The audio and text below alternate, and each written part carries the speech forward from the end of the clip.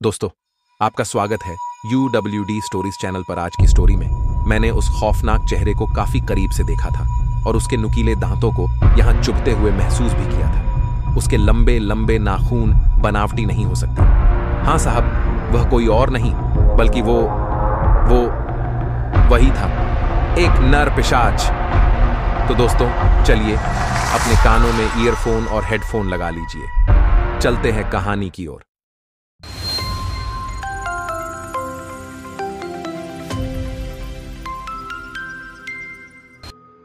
छत पर खड़ी जेनेलिया पश्चिम की ओर बड़ी ध्यान से देख रही थी। सूरज दिन भर की लंबी यात्रा करने के पश्चात पश्चिम दिशा में आ चुका था। आसमान का रंग सिंदूरी हो उठा था और आज शाम बहुत ही खूबसूरत नजर आ रहा था। लेकिन जेनेलिया का ध्यान कहीं और था। वह कुछ सोचकर बहुत ही ज्यादा चिंतित थी। जेनेलिया पिछली रात की घटना में खोई हुई थी, जब उसने कुछ विचित्र देखा था, जब उसका सामना विलियम डिसूजा से हुआ था। हालांकि शाम खूबसूरत थी, किंतु जेनेलिया के मस्तिष्क में विचारों की आंधी थी। उसकी तवज्जो शाम की खूबसूरती की ओर नहीं, बल्कि उन सवालों की ओर थी जो विलियम डिसूजा नाम के उस शख्स के कारण वजूद में आए थे। गुर्र, आह! अचानक एंथोनी की चीख सुनकर उसके विचारों की श्रृंखला टूटी और वह उस छत से दौड़ पड़ी। वह सीढ़ी के सहारे से किसी चीते की चाल की भांति भाग खड़ी हुई थी। विलियम डिसूजा प्रार्थना हॉल में से ही हलक फाड़ कर चिल्लाया था। जेनेलिया बुरी तरह घबराई हुई थी। उसके माथे के पसीने बयां कर रहे थे कि वह इन घटनाओं के पीछे की बहुत बड़ी जिम्मेदार थी। उसने बहुत बड़ी आफत मोल ली थी, जिसका समाधान उस चर्च के फादर ही कर सकते थे। फादर एंथोनी डिकोस्टा 4 दिनों से शहर किसी काम से गए थे। आज सूर्यास्त से पहले आने का वादा करके गए थे। शायद उनके आने के बाद जेनेलिया का डर कम हो सके। प्रार्थना हॉल में कदम रखते ही जेनेलिया को अपने सवाल का जवाब मिल गया। उसने देखा कि फादर एंथोनी डिकोस्टा वहीं खड़े थे और वहां एक लोहे के स्तंभ में विलियम डिसूजा बंधा हुआ था। उसका शरीर किसी बेजान लाश की तरह रस्सी के सहारे बंधे होने की वजह से काफी दयनीय स्थिति में थी। जेनेलिया ने डरी और सहमी नजर से पहले विलियम डिसूजा की तरफ देखा, उसके बाद फादर एंथोनी डिकोस्टा की तरफ देखते ही एक लंबी और गहरी राहत भारी सांस ली। फादर को देखते ही उसके जान में जान आ आई थी। अचानक फादर डिकोस्टा आगे बढ़े और विलियम डिसूजा के माथे पर अपनी हथेली रखी। फादर डिकोस्टा को 440 वोल्ट का करारा झटका लगा। उन्होंने खुद को संभाला और जेनेलिया की तरफ इशारा करते हुए बोले, इसका जिस्म इतना ठंडा क्यों है? इतना सुनते ही जेनेलिया विलियम डिसूजा के करीब आई और उसके धड़कनों पर अपने कान को रखने के बाद बोली, ओ जिस इसकी धड़कनों में भी किसी तरह की कोई भी हलचल नहीं है। यह सुनते ही फादर बंधे हुए विलियम डिसूजा के करीब आए और क्रोधित होते हुए बोले, क्या अनाप शनाप बके जा रही हो तुम? तुम्हें जरा भी अंदाजा है कि यह तुम क्या कह रही हो? उन्होंने उसका नब्ज टटोला तो उसमें भी कोई हलचल नहीं पाई। वह काफी चिंतित हो गया। वह लगभग आश्चर्य और डर के मिश्रित स्वर में बोले, इसका हर अंग किसी मुर्दे की तरह बिल्कुल ही सुन्न है। यह संभव नहीं हो सकता, बिल्कुल भी नहीं। यह कहते के साथ वह झट से 2 कदम पीछे हट गया और बोला, इसका शरीर बर्फ की सिल्ली की तरफ ठंडा और धकड़ने तो बिल्कुल ही बंद हैं, और ऐसे लक्षण तो किसी नरपिशाच। फादर एंथोनी डिकोस्टा का इतना कहना था कि उस लोहे के खंबे में बंधे इंसान ने अपना सिर ऊपर उठा लिया और जोर जोर से अपनी कर्कश आवाज में चीख उठा। उसकी आवाज इतनी तेज थी कि वहां मौजूद उस चर्च के प्रार्थना स्थल में खड़े सभी ने अपने कानों को अपनी हथेलियों से बंद कर लिए। उस इंसान के 2 लंबे लंबे दांत उभर आए थे, जिससे खून की कुछ बूंदें जमीन पर गिर रही थीं। उसने देखते ही देखते अपने उन मजबूत दांतों से उस रस्सी को काटना शुरू किया और अगले ही पल वह आजाद हो गया। रस्सी को काटना उसके बाएं हाथ का खेल था। पलक झपकते ही वह अब सभी के नजरों से ओझल हो चुका था। सभी आंखें फाड़ फाड़ कर उस तरफ देख रहे थे जिस तरफ वह शख्स अभी भागा था। उसने यह सब इतनी फुर्ती से किया था कि किसी के उसकी इस हरकत की भनक तक नहीं लगी। वह अब उन लोगों से काफी दूर जा चुका था।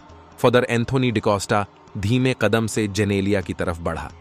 जेनेलिया अब भी उस दिशा में देख रही थी और किसी विचारों में खोई हुई थी। फादर एंथोनी डिकोस्टा उसे झकझोर कर बोला, जेनेलिया, वह शख्स कौन था और वह तुम्हें कहां मिला था? जेनेलिया ने यह सुनते ही रोनी सी सूरत बनाई और बोली, फादर, मैं कुछ नहीं जानती। बस मुझे इतना पता है कि कल रात के वक्त कई कुत्तों की रोने की आवाज आ रही थी। जब काफी देर तक आवाज शांत नहीं हुई तो मैं अपनी बिस्तर से उठी। मैंने कमरे की लाइट जलाई तो देखा कि बिजली गुल थी। मैंने टॉर्च जलाया और घड़ी में समय देखा तो रात्रि के ठीक 12 बज रहे थे। मैंने अपने रूम में मोमबत्ती जलाई और खिड़की से बाहर झांक कर देखा तो जोरदार बारिश हो रही थी। कुत्तों के रोने की आवाज अब भी जारी थी। मैंने अपनी खिड़की से टॉर्च जलाकर उस आवाज की दिशा में किया तो मुझे एहसास हुआ कि वह आवाज मेरे कमरे के पीछे उस सुनसान कब्रिस्तान से ही आ रही थी। मैंने ध्यान से देखा तो मुझे 4 से 5 कुत्तों का एक झुंड दिखाई दिया जो किसी कब्र के ऊपर खड़े होकर आसमान में अपना मुंह उठाकर रो रहे थे। उनके रोने की आवाज इतनी ज्यादा कर्कश थी कि ऐसा लग रहा था जैसे उस कब्र के नीचे लेटे उस इंसान की मौत का मातम मना रहे हों। तभी मेरा ध्यान उस कब्र के पास एक कुत्ते पर पड़ी जो बिना किसी हलचल के लेटा हुआ था। उसके शरीर में कोई भी हलचल नहीं हो रही थी। इतनी तेज बारिश में उसके शरीर में कोई हलचल न होना मेरे मन में संदेह उत्पन्न कर गया। मैंने झट से टॉर्च को सख्ती से पकड़ा और ठीक उसी वक्त उस कब्रिस्तान में जाने का निश्चय कर लिया। हवाओं का जोर बहुत ही तेज था। मैं एक हाथ में टॉर्च और दूसरे हाथ में छतरी लिए वहां जा पहुंची। उन कुत्तों पर मेरे वहां होने का भी कोई असर नहीं पड़ा और मेरे वहां पहुंचने के बाद भी कुत्तों के रोने का क्रम जारी रहा। तभी मैंने उस कब्र के पास में पड़े उस लेटे हुए कुत्ते को टटोलने की कोशिश की तो देखा कि वह मर चुका था और उसके शरीर से किसी प्रकार की कोई हलचल नहीं थी। उसके गले से लगातार खून का रिसाव जारी था जिसे वह बारिश की बूंदें भी धूमिल करने में नाकामयाब थीं। उस कुत्ते का शरीर एकदम मरियल सा लग रहा था, मानो जैसे उसके जिस्म में रक्त की एक भी बूंद शेष न हो। उसकी यह दयनीय हालत देखकर ऐसा लगता था जैसे कोई उसके शरीर से कोई सारा खून चूस गया हो। मैंने जैसे ही उस जगह से उठने की कोशिश, तभी मेरी नजर कब्र की दूसरी तरफ गई। मैं देखकर एकदम से चकित रह गई कि वहां कोई इंसान लेटा हुआ था। उसे इस तरह से रात के इस पहर में देखकर मेरे होश गुम हो गए। मैंने उसके करीब जाकर देखा तो उसके होंठों से खून की पतली धारा बाहर बह रही थी। उसके खोपड़ी के आसपास वाला जमीन का हिस्सा बेहद ही सुर्ख लाल था। शायद वहां खून की बूंदें काफी मात्रा में इकट्ठी हो गई थीं। मैंने उस शख्स को अपने चर्च के चौकीदार की मदद से उसे इस चर्च के प्रार्थना भवन में ले आई। उसे जैसे ही यहां जमीन पर लिटाया कि उसकी आंखें खुल गईं और उस अंधेरे में उसकी लाल गाढ़ी आंखें चमक उठीं। उसकी आंखें किसी शैतान की तरह भयावह दिख रही थीं। तभी वह अगले पल बिजली की फुर्ती से उठा और चौकीदार पर झपट पड़ा। उसने झट से चौकीदार के गले पर अपने चमचमाते नुकीले दांत चुभो दिए। देखते ही देखते वह उसके शरीर से सारा रक्त चूस गया और उसे किसी गेंद की तरह दूसरी तरफ फेंक दिया। अब उसका अगला शिकार मैं थी। उसने मेरी तरफ देखा और उसकी सुर्ख लाल आंखें फिर से किसी शैतान की तरह चमक उठीं। वह मेरी तरफ झपटा। अफसोस कि वह अपने मकसद में कामयाब नहीं हुआ, क्योंकि मैंने वहीं पास में पड़े जीसस क्राइस्ट के पवित्र क्रॉस को अपनी मुट्ठी में भींच लिया था। जैसे ही उसने मेरे जिस्म को पकड़कर अपने नुकीले दांतों को मेरे गर्दन में चुभोना चाहा, मैंने झट से वह पवित्र क्रॉस उसके माथे से लगा दिया। मेरे ऐसा करते ही अगले ही पल वह धरती पर गिर पड़ा। मैंने बिना समय गंवाए उसे इस लोहे के खंबे से बांध दिया। मैंने उसकी जेब की तलाशी ली तो देखकर चौंक गई। उसकी पर्स में उसका एक पहचान पत्र था जिस पर उसकी एक छोटी सी तस्वीर चिपकी हुई थी। उस तस्वीर के नीचे उसका नाम विलियम डिसूजा लिखा हुआ था और उसकी जन्म तिथि 13 नवंबर 1813 लिखी हुई थी, जो तकरीबन 207 साल पहले की लिखी हुई थी। मुझे पता था कि यह शैतान जब पुनः जागृत होगा तो मैं इसका अकेले सामना नहीं कर सकती। मुझे यह भी पता था कि आज सूर्यास्त से पहले आप इस चर्च में वापसी करेंगे, इसलिए मैं आज सारा दिन छत पर ही आपकी राह ताक रही थी। जेनेलिया ने वह सब कुछ बता दिया जो वह उस विलियम डिसूजा के बारे में जानती थी। यह सब सुनने के बाद फादर एंथोनी डिकोस्टा बोले, मैं अब तुम्हें कुछ जरूरी और बेहद ही महत्वपूर्ण जानकारी देने जा रहा हूं। इसे ध्यान से सुनना, क्योंकि यह आगे हमारे बहुत काम आने वाले हैं। जेनेलिया, तुम्हें जानकर आश्चर्य होगा कि वह विलियम डिसूजा और कोई नहीं बल्कि एक नरपिशाच है। फादर डिकोस्टा के मुंह से यह सुनते ही जेनेलिया चौंक उठी और उसके मुंह से अनायास निकल पड़ा, क्या नरपिशाच? जेनेलिया की बात सुनते ही फादर डिकोस्टा बोला, हां, वह एक नरपिशाच ही है। वह हर 32 साल में इस चर्च में एक बार जरूर आता है और वह लगातार 2 रात में से एक रात को इस चर्च के फादर के खून से अपनी प्यास बुझाकर ही जाता है। आज से ठीक 32 साल पहले भी वह इसी चर्च में आया था और इस चर्च के पूर्व फादर को अपना शिकार बनाया था। वह यह खेल कई दशकों से खेलता चला आ रहा है। लेकिन फादर, यह सब आपको कैसे पता कि वह नरपिशाच ही है, और इसकी क्या गारंटी है कि हर 32 साल में चर्च के फादर को जरूर मारता है? शायद तुमने ठीक से समझा नहीं। वह नरपिशाच हर अमावस की रात को अपना शिकार किसी इंसान या जानवर को बनाता है। वह उसके शरीर से सारा रक्त चूसकर अपनी प्यास बुझाता है। जैसा कि मैंने अभी अभी तुमको बताया कि इस चर्च के पूर्व फादर को नरपिशाच ने ही अपना शिकार बनाया था। उनके जाते ही यह चर्च काफी सालों तक यूं ही वीरान पड़ा रहा। चूंकि मैंने उस रात इस चर्च के फादर को मरते हुए काफी पास से देखा था। उस समय मेरी उम्र मात्र 11 वर्ष की ही थी। मैं बदनसीब उसी फादर का मरहूम पुत्र हूं। मैंने उसी वक्त यह निर्णय कर लिया था कि मैं इस नरपिशाच का खात्मा करके ही दम लूंगा। मैंने 32 साल तक इस घड़ी के आने का इंतजार किया है। अब उस नरपिशाच की मौत मेरे हाथों ही लिखी है। उसे कोई बदल नहीं सकता। अपनी 43 साल की उम्र तक मैंने उस नरपिशाच के खात्मे के लिए बहुत मेहनत की है। अब इन सब का निचोड़ जल्द ही निकलने वाला है। मुझे इस रहस्य से भी पर्दा उठाना है कि आखिर उसे इस चर्च से ऐसी कौन सी पुरानी रंजिश है जिसकी प्यास वह इस चर्च के फादर को मारकर ही पूरा करता है। सन 1819 में पोली जॉन डोरी कृत रचना एड ड्रेकुलाओ के प्रकाशन के साथ ही आधुनिक कथा जगत में करिश्माई और कृत्रिम पिशाच का आविर्भाव हुआ। हालांकि ब्रैम स्टोकर के सन 1897 में प्रकाशित उपन्यास ड्रेकुला को सर्वोत्तम उपन्यास के रूप में याद किया जाता है, जिसने पिशाच कथा साहित्य की पृष्ठभूमि तैयार की। हालांकि यूरोपीय लोक कथाओं में ऐसी अनेक बातों का पता लगा जिसमें नरपिशाच के बारे में ऐसी रिपोर्ट थी कि वे आमतौर पर देखने में फूले हुए रक्ताभ या पीले, बैंगनी अथवा काले रंग जैसे। उनकी इन चारित्रिक विशेषताओं को अक्सर आजकल के रक्त पीने की घटनाओं के लिए जिम्मेदार ठहराया गया। वास्तव में अक्सर कफन में लिपटे या ताबूत में लेटे शव के नाक और मुंह से खून रिसता हुआ देखा गया और बाईं आंख को अक्सर खुला हुआ पाया गया। ये झीने पारदर्शी कफन में लिपटा हुआ कब्र में दफन, जिसके दांत, बाल और नाखून बड़े हो गए हो सकते थे, जबकि आमतौर पर ऐसे नुकीले दांत नहीं देखे जाते थे। फादर डिकोस्टा ने अपनी बात आगे बढ़ाते हुए कहा, मुझे आज भी याद है, जब मैं 11 साल का था तब मेरे पिताजी ने इस नरपिशाच को मारने के लिए बहुत प्रयास किए थे। नरपिशाच की पहचान के लिए अनेक व्यापक धर्मानुष्ठान आयोजित करवाए थे। उन्हें पता था कि नरपिशाच रात के अंधेरे में ही निकलता था और बाकी समय वह अपने कब्र में ही लेटा रहता था। देखो, हमारे पास आज रात 12 बजे तक का समय है। इस वक्त घड़ी में 7 बज रहे हैं, तो हमारे पास तकरीबन 5 घंटे का समय है जो इस काम को करने के लिए पर्याप्त होगा। आज रात 12 बजे से पहले यदि उसे खत्म नहीं किया तो मेरे 32 साल की तपस्या मिट्टी में मिल जाएगी। मैंने इतने सालों में इस नरपिशाच के अंत के सारे उपाय समझ लिए हैं। बस जरूरत है तो उन उपायों को सही तरीके से प्रयोग करके उसका जल्द से जल्द अंत कर दिया जाए। उस प्रार्थना भवन में सभी फादर डिकोस्टा की बात ध्यान से सुन रहे थे। सभी को फादर पर पूर्ण विश्वास था कि आज नरपिशाच का अंत हो ही जाएगा। बस जरूरत थी तो इस मुसीबत की घड़ी में एकजुटता दिखाने की।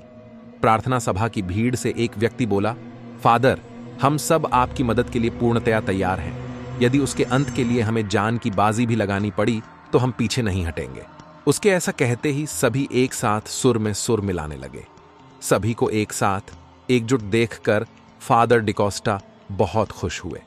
वह इस बार तेज आवाज में बोले, देखो, किसी को घबराने की जरूरत नहीं है। मैं जैसा भी बोलूं बस वैसा ही करते जाओ। मुझे जल्दी से एक काला घोड़ा और 25 वर्ष की एक कुंवारी लड़की चाहिए। 25 वर्ष की कुंवारी लड़की का नाम सुनते ही वहां मौजूद प्रार्थना भवन में खुसुर फुसुर शुरू हो गई।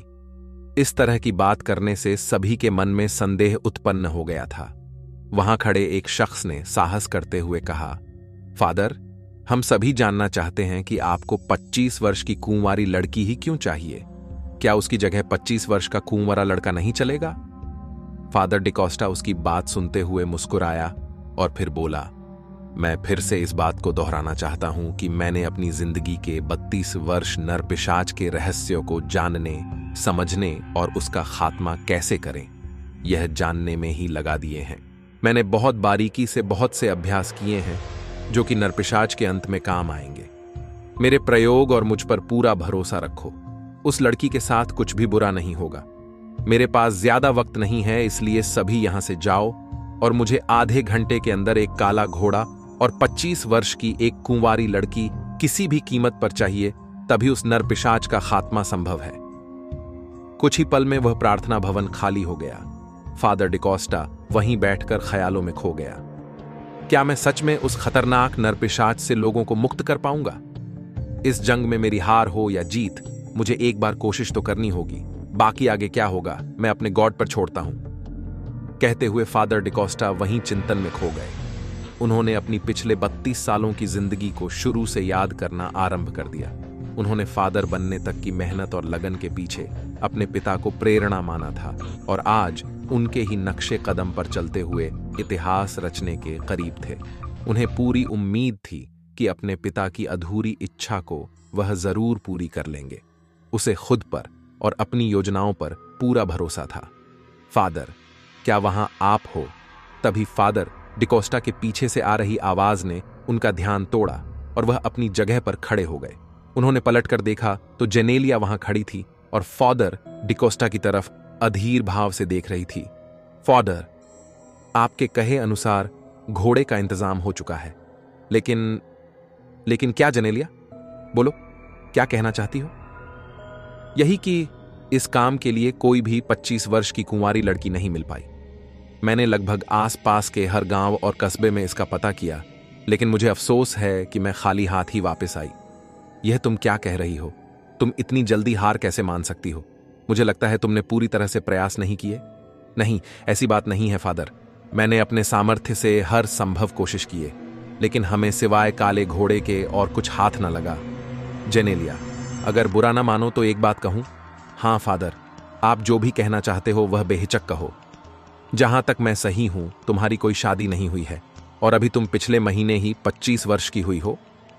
यह कहते वक्त फादर की आंखों में विशेष प्रकार की चमक थी, ऐसी चमक जैसे किसी धूर्त और चालाक लोमड़ी की आंखों में होती है।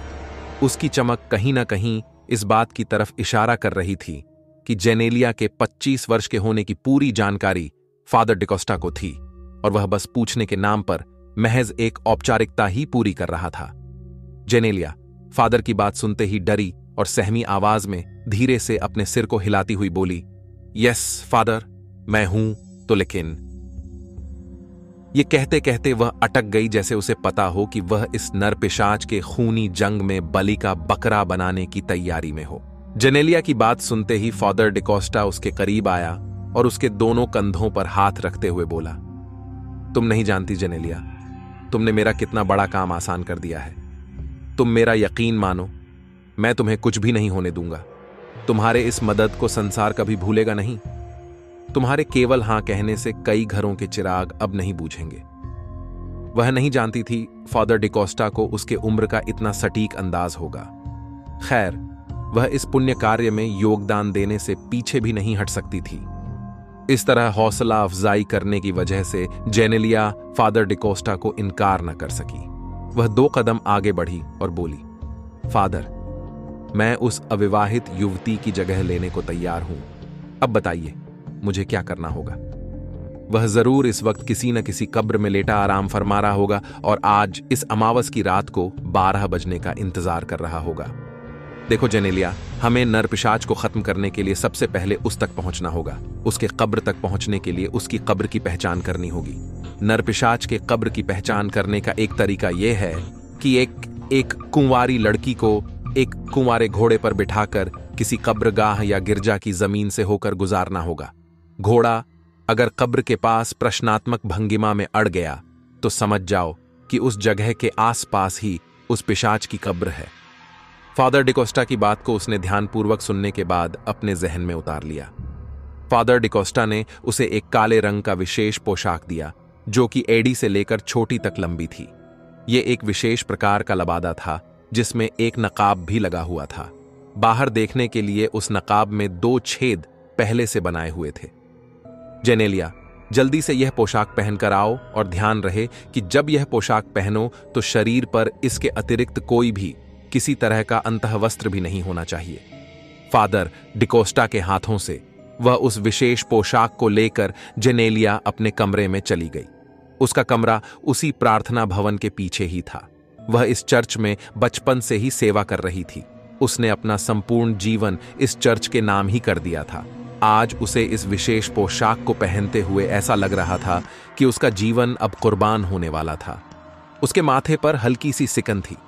वह कहीं ना कहीं भविष्य में होने वाली गतिविधियों को लेकर आशंकित थी। जेनेलिया इतना तो समझ गई थी कि इस मंगल कार्य में योगदान करने के लिए वह बलि का बकरा बनाई गई है। वह कुछ पल में ही अब चमचमाते काले घोड़े के ऊपर सवार थी। फादर अपने हाथ में क्रॉस को पकड़े हुए कुछ बुदबुदा रहे थे। शायद वह गॉड से उसके सकुशल लौटने की कामना कर रहे थे। जैसे ही फादर डिकोस्टा के होंठ शांत हुए, उस काले घोड़े ने तेजी से हिनहिनाना शुरू किया। अगले ही पल उसने अपने आगे की दोनों टांगों को हवा में उठाया।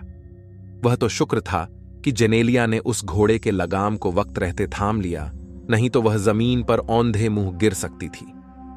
वह घोड़ा हिनहिनाता हुआ वहां से भाग खड़ा हुआ। वह अब हवा से बातें करता हुआ सरपट दौड़ रहा था। जेनेलिया किसी तरह खुद का संतुलन बनाने में कामयाब रही थी। उसे देखकर ऐसा नहीं लगता था कि वह इस घोड़े पर पहली बार बैठी हो। वह अब इस पर पूरी तरह से नियंत्रण करने में सक्षम थी। वह काला घोड़ा आसपास के कई गांव के इलाके में बेतहाशा दौड़ रहा था। सभी उस घोड़े के रुकने का इंतजार कर रहे थे। फादर डिकोस्टा ने घड़ी में वक्त देखा तो 10:30 का वक्त हो चला था। घड़ी में बढ़ते हर पल के साथ धड़कनें अब तेज होती जा रही थीं। सभी जेनेलिया के वापस आने का इंतजार कर रहे थे। कहीं न कहीं अब फादर डिकोस्टा के चेहरे पर भी असफलता के बादल घिरने लगे थे। वह अब काफी चिंतित थे, परंतु दूसरी तरफ वह आश्वस्त भी थे कि वह काला घोड़ा लौटकर जरूर वापस आएगा।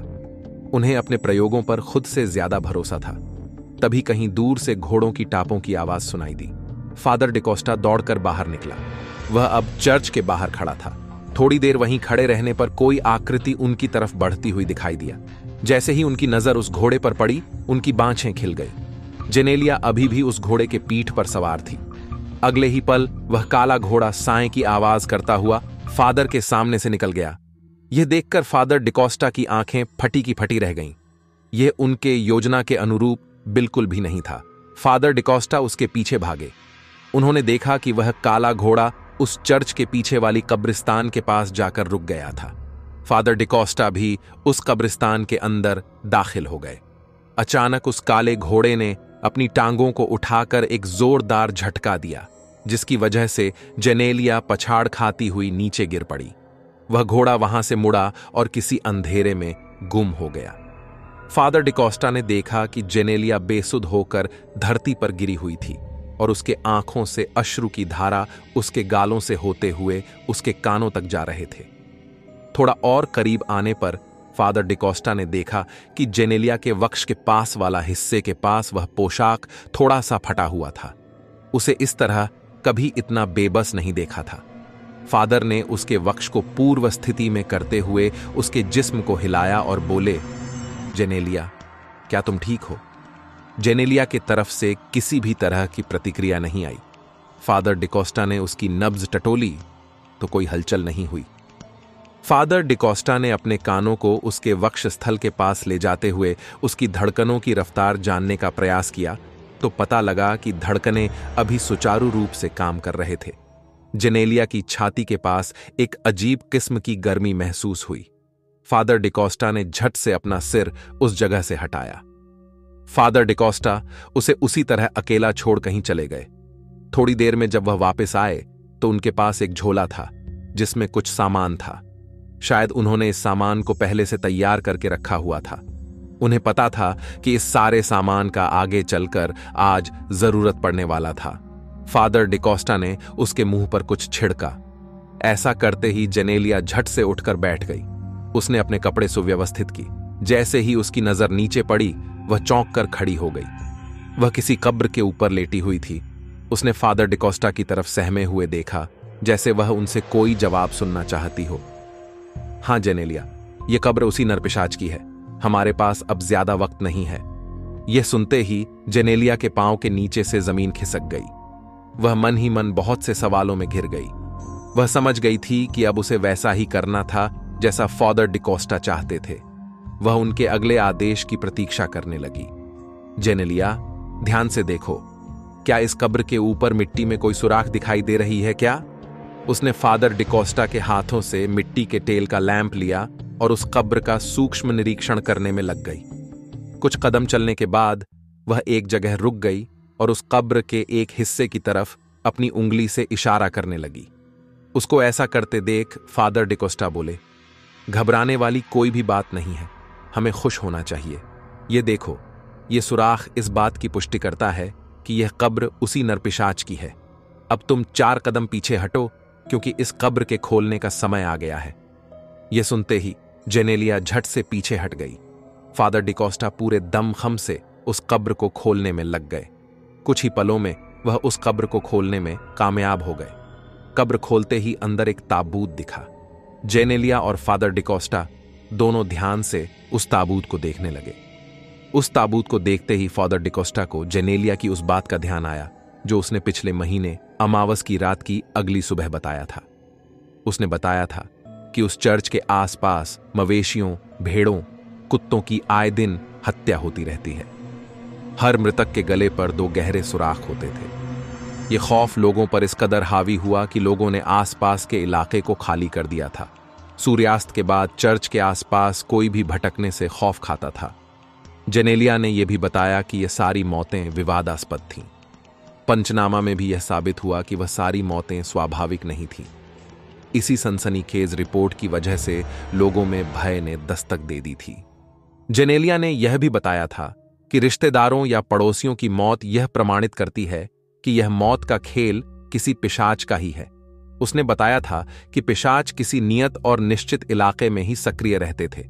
उसने गांव के कुछ लोगों से मिलकर उसके बारे में काफी खोजबीन की थी, जिससे यह पता चला था कि पिशाच छोटे मोटे भूतहा कार्यों के जरिए अपनी मौजूदगी का एहसास दिलाते थे, जैसे कि छतों पर पत्थर फेंकना, घर के सामानों को अस्त व्यस्त कर देना और सोते हुए लोगों पर दबाव डालना इत्यादि। वह लोगों को मारने से पहले इस तरह के कार्यों को अंजाम देकर लोगों को डराने का काम करते थे। वह इस बात को भली भांति जानते थे कि इस तरह की हरकतों से लोगों को शारीरिक और मानसिक रूप से कमजोर किया जा सकता है, जिससे उनका काम और भी आसान हो जाता था और वह उसे अपना शिकार आसानी से बना लेता था। क्या हुआ फादर, आप किन ख्यालों में खो गए? 12 बजने में बस आधा घंटा ही शेष है। अचानक से जेनेलिया ने फादर के बाजू को पकड़कर हिलाते हुए उनका ध्यान तोड़ा। उसने अपनी कलाई पर बंधी घड़ी को दिखाते हुए उन्हें आगाह भी किया था कि नरपिशाच के खात्मे के लिए उनके पास अब ज्यादा वक्त नहीं है। ओह, मैं किसी पुरानी यादों में खो गया था। चलो, कोई बात नहीं, इतना समय हमारे लिए पर्याप्त है। मैं अब इस पिशाच के वजूद को खत्म करके ही रहूंगा। यह कहने के साथ ही फादर डिकोस्टा ने एक तेज धारदार हथियार से ताबूत के लॉक को तोड़ा। वह वार इतना प्रचंड था कि वातावरण में लॉक के टूटने की आवाज गूंज उठी। वे उस ताबूत के करीब आए और उन्होंने उस ताबूत के चारों ओर कोई पवित्र जल का छिड़काव किया। ऐसा करने के बाद वे जेनेलिया के करीब आए और बोले, जाओ जेनेलिया, मैंने अपना काम कर दिया है। अब तुम्हें ही इसका हमेशा हमेशा के लिए नामो निशान मिटाना होगा। मगर फादर, मैं कैसे यह सब कर सकती हूं? मैं तो कुछ जानती भी नहीं। घबराओ नहीं, मैंने इस ताबूत के चारों तरफ पवित्र जल डालकर इसको कुछ देर के लिए अपने वश में कर लिया है। यह अब तुम्हारा कुछ भी नहीं बिगाड़ सकता। मैं जैसा जैसा कहता जाऊं, बस तुम मेरे निर्देश का पालन करती रहो। फादर डिकोस्टा की बात सुनते ही उसने फिर से अपना सिर हां में हिला दिया और उनकी अगली आज्ञा की प्रतीक्षा करने लगी। जाओ, इस ताबूत के ढक्कन को खोलो और इसके अंत की ओर पहला कदम बढ़ाओ। यह निर्देश सुनते ही जेनेलिया मिट्टी के जलते लैंप को वहीं जमीन पर रखती हुई आगे बढ़ी। उसने एक झटके से उस ताबूत के ढक्कन को खोल दिया। ढक्कन खोलते ही वह 2 कदम पीछे हट गई। उसने उस ढक्कन को वहीं पास के जमीन पर रख दिया। मिट्टी के लैंप की मध्यम रोशनी उस पिशाच के धड़ वाले हिस्से तक जा रही थी। उस पिशाच का धड़ अपेक्षा से अधिक स्वस्थ और गोल मटोल दिख रहा था। जेनेलिया को उसको इस तरह हृष्ट-पुष्ट देख आश्चर्य का ठिकाना नहीं रहा। वह फादर डिकोस्टा की तरफ देखती हुई बोली, यह तो अद्भुत है। भला यह कैसे हो सकता है? यह तो पूरी तरह से स्वस्थ है, और सबसे अजीब बात तो यह है कि इतने सालों से इस ताबूत में रहने के बावजूद इसके शरीर से किसी प्रकार की बदबू नहीं आ रही है। भला यह कैसे संभव हो सकता है? जेनेलिया की बात सुनते ही फादर डिकोस्टा मुस्कुराते हुए बोले, नरपिशाच वास्तव में रात्रिचर होते हैं। यह हर अमावस की रात ही अपने शिकार की तलाश में इस ताबूत से बाहर निकलते हैं। इसे जानवर, मवेशी या कोई इंसान जो भी पहले आसानी से मिल जाए, वह उसके रक्त को चूसकर अपनी भूख को शांत करता है। उसके बाद यह पूरी रात भटक कर अपने कुछ शौक को पूरा करते हैं। फिर यह सूर्यास्त से पहले अपने इस कब्र में आकर विश्राम करना पसंद करते हैं। ताजे ताजे रक्त इनमें ऊर्जा का संचार करते हैं। ताजे रक्त की वजह से ही यह खुद को जवान और ताकतवर रखने में सफल रहते हैं। फादर, आपकी नरपिशाच की सारी जानकारी एकदम सटीक है। मुझे तो लगता है कि इतनी जानकारी तो इस नरपिशाच को भी नहीं होगी। आपका यह ज्ञान आपके इस अनुभव और कार्य कौशलता को दर्शाता है। वास्तव में अब मुझे पूर्ण विश्वास हो गया है कि आप अपने मंसूबों में कामयाब होंगे। देखो, अब बातों में अपना वक्त जाया मत करो।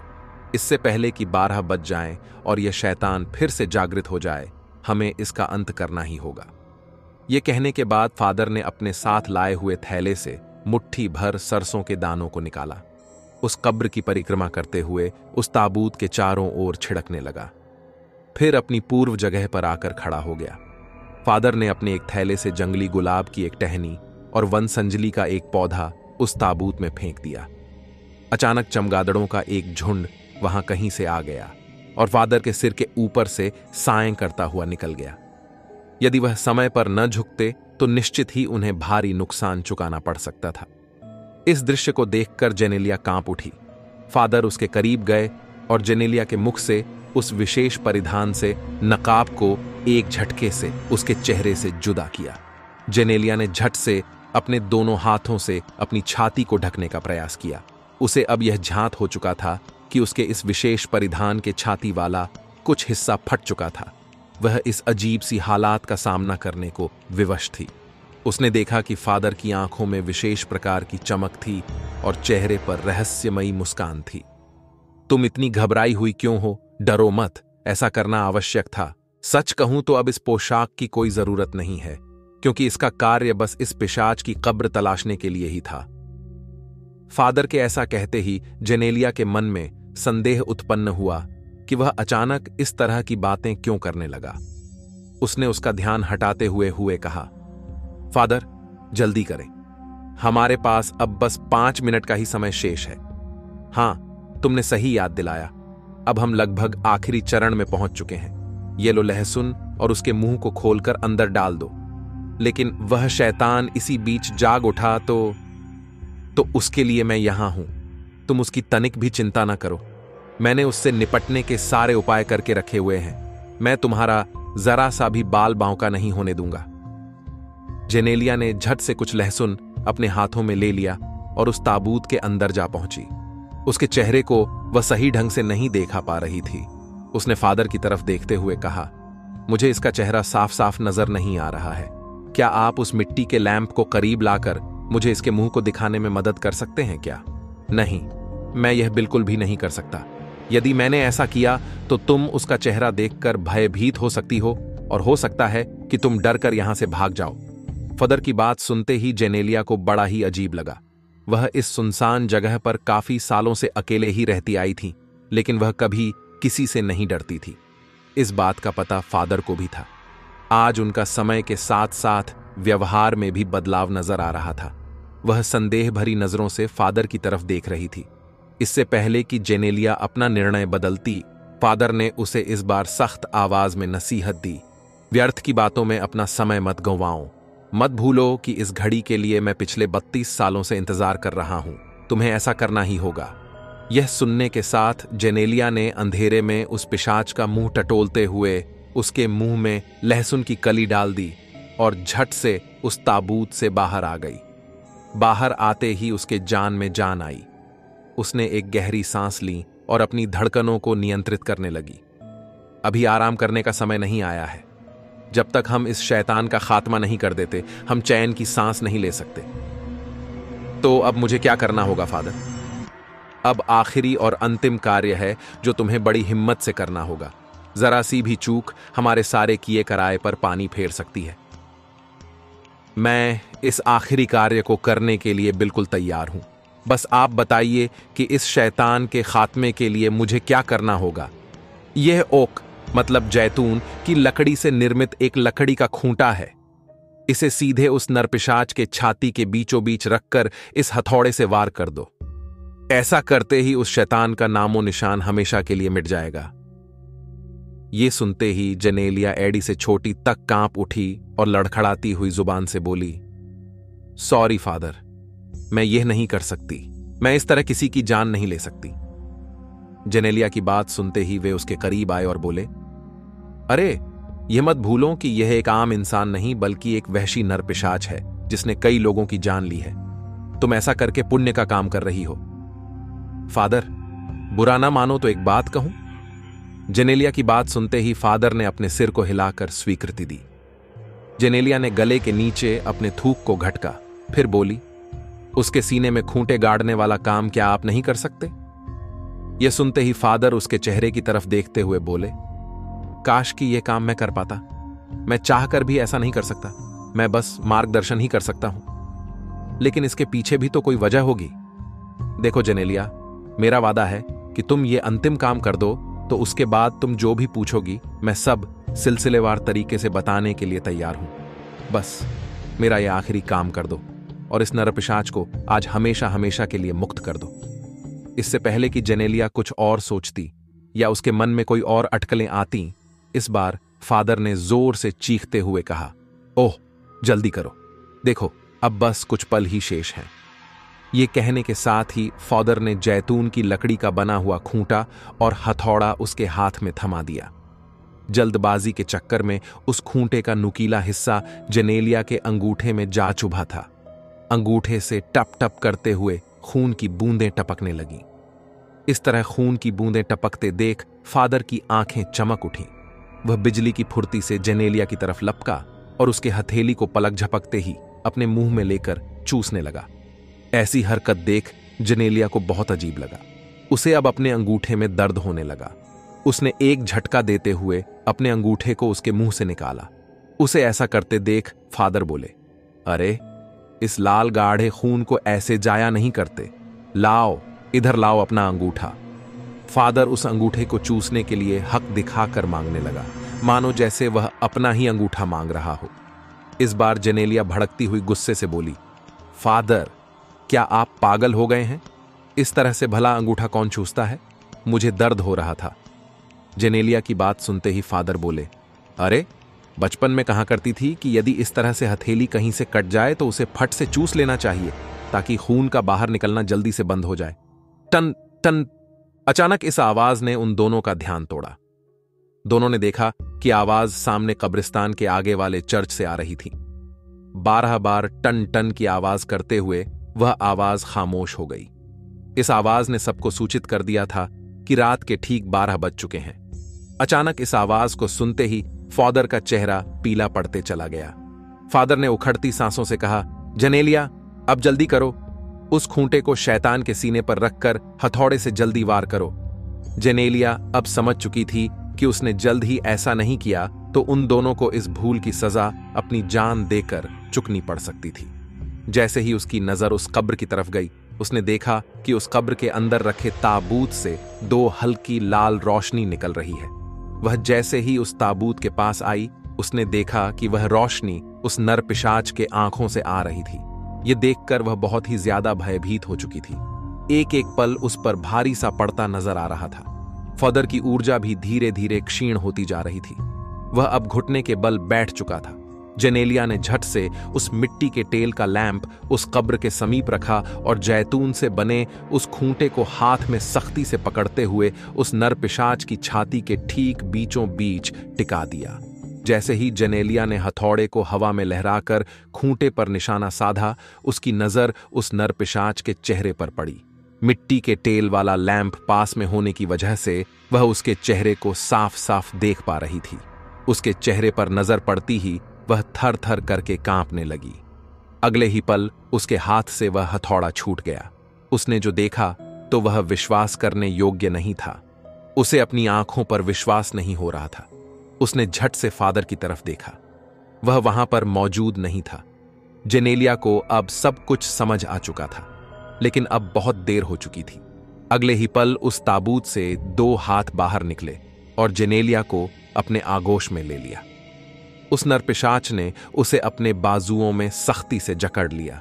उस नरपिशाच ने अपने दोनों नुकीले दांत उसके गर्दन में चुभो दिए। जेनेलिया की हृदय विदारक चीख उस कब्रिस्तान के वीराने को चीरती हुई उस पार कर गई थी। हर चीख के साथ उसकी सांसें थमती चली जा रही थीं। धड़ से सिर अलग होने पर जिस तरह कोई कबूतर तड़पता है, ठीक उसी तरह कुछ देर तक जेनेलिया उस ताबूत में फड़फड़ाती रही। वह अपनी उखड़ती सांसों के अलावा चप्प चप्प की आवाज ही सुन पा रही थी। उसकी सांसों के थमते ही उस कब्रिस्तान में फिर से मनहूसियत छा गई। थोड़ी देर में उस ताबूत से वह नरपिशाच बाहर निकला।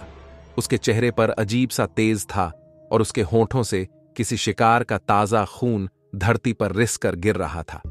ऊपर आसमान की तरफ देखता हुआ वह बोला, मैंने कहा था कि मुझे मुक्त कर दे, लेकिन इस लड़की ने बेवजह के सवाल जवाब में अपना वक्त जाया कर दिया। अब मुझे फिर से 32 साल का इंतजार करना होगा। कहते हुए वह नरपिशाच उस कब्र से आजाद हो चुका था। उस ताबूत के अंदर अर्धनग्न अवस्था जेनेलिया का जिस्म पड़ा हुआ था। उसकी खुली आंखों में उसकी मौत का खूनी मंजर कैद हो चुका था। दोस्तों, ये स्टोरी यहां समाप्त होती है। आपको ये स्टोरी कैसी लगी कमेंट में जरूर बताएं। तो दोस्तों, आज के लिए बस इतना ही। मिलते हैं नेक्स्ट वीडियो में।